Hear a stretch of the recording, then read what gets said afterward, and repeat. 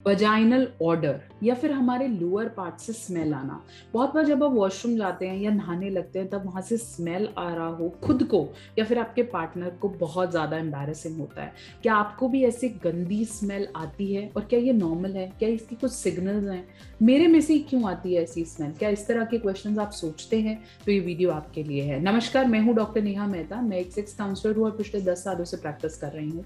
बहुत से पेशेंट्स आके मुझे कहते हैं मैम मुझे अजीब सा स्मेल आता है, मेरे को ना किसी के साथ रहने में भी बड़ी दिक्कत होती है, मेरे साथ ही क्यों होता है जबकि मुझे यूरिन की कोई प्रॉब्लम नहीं है। इससे रिलेटेड आज सारी बातें करेंगे। अगर आप मेल हैं, फीमेल हैं, ये वीडियो आपके लिए है तो इसे अंत तक देखना है। लाइक करें, शेयर करें और चैनल को सब्सक्राइब करना नहीं भूलें।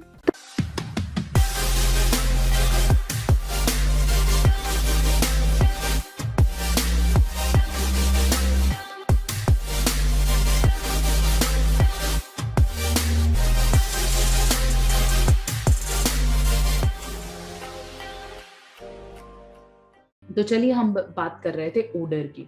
कभी कभार हमारे इंटीमेट एरियाज में से, जैसे हमारे यूरिनल के आसपास से, वजाइना फीमेल में स्पेशली, या पेनाइल एरियाज के आसपास से स्मेल आता है जो कि बहुत ज़्यादा बुरा होता है और जिससे हमें बहुत ज़्यादा शर्म भी आती है, स्पेशली जब हमने अपने कपड़े धोने देने हो या लॉन्ड्री में डालने हो। बहुत सारे घरों में मदर्स जैसे धोती हैं तो बड़ी शर्म आती है। और या फिर हम नहाने लगे हैं तो ऐसी स्मेल है, किसी पार्टनर के साथ इंटरेक्शन कर रहे हैं तो स्मेल है, बहुत ज़्यादा दिक्कत रहती है। पहले जानते हैं कि इसका कारण क्या है। कारण ये होता है कि बहुत बार जब आपकी बॉडी में कोई बाहर का इन्फेक्शन आता है, मतलब आपने साफ सफाई का ज़्यादा ध्यान नहीं रखा है, तो आपकी बॉडी यूजुअली प्रोड्यूस करती है एक पीएच जिसकी वजह से स्मेल आती है। वो क्या होता है कि बाहर का एसिडिक और अल्कलाइन जब आपस में मिलता है तो एक अजीब सा स्मेल आता है, जिसका मतलब है कि आपकी बॉडी इन्फेक्शन से लड़ रही है और वो स्मेल यही बताता है कि बैक्टीरिया ने आपस में लड़ाई की है।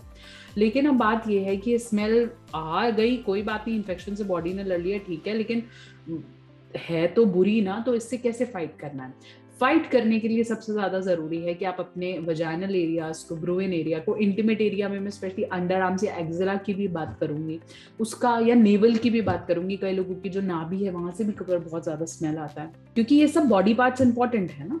तो अगर आपको ऐसा महसूस होता है तो बहुत जरूरी है कि एक तो आप फ्रेश क्लोथ्स पहनिए, नहाइए, शावर जरूर कीजिए। जब भी आप मास्टरबेट कर रहे हैं या आपने कुछ भी एक्टिविटी किया है या फिर आप सुबह उठ रहे हैं, पसीना ज्यादा आ गया है, तो प्लीज उन एरियाज को पानी से जरूर वॉश करें। एक अच्छा इंटीमेट वॉश आप डेफिनेटली यूज कर सकते हैं और मैं रेकमेंड भी करती हूँ नेचुरल वॉश, जिसमें मैंने आपको बताया भी था कि आप इंटीमेट वॉश यूज करें जो कि बहुत ज्यादा नेचुरल तरीके से हो।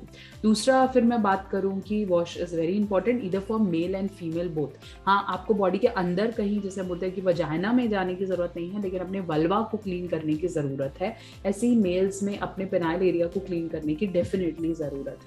और आपको बहुत ज़्यादा ज़रूरी है कि जहाँ से आप वॉशरूम जा रहे हैं उन एरियाज पे आप हाइजीन मेंटेन करके रखें, क्योंकि वहाँ से फिर इन्फेक्शंस होने के चांसेस बहुत बढ़ जाते हैं, स्पेशली प्रेगनेंसी में या फिर एक्सेसिव मास्टरबेशन के दौरान या फिर अनप्रोटेक्टेड सेक्स के दौरान बहुत ज़्यादा इंपॉर्टेंट है, क्योंकि इन्फेक्शंस बढ़ते हैं।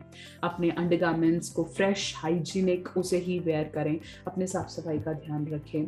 और ये भी जानना ज़रूरी है कि नेचुरल ओडर इज़ फाइन। अगर आपको थोड़ा बहुत ओडर है और नेचुरली है तो दैट इज फाइन, लेकिन अगर आपको लगता है कि ये ओडर बहुत ज्यादा फिशी होता जा रहा है, डिस्चार्ज इसमें आ रहा है, मेरे को इरिटेशन हो रही है, तो बहुत बार ये वैजानोसिस की डायग्नोसिस हो सकती है।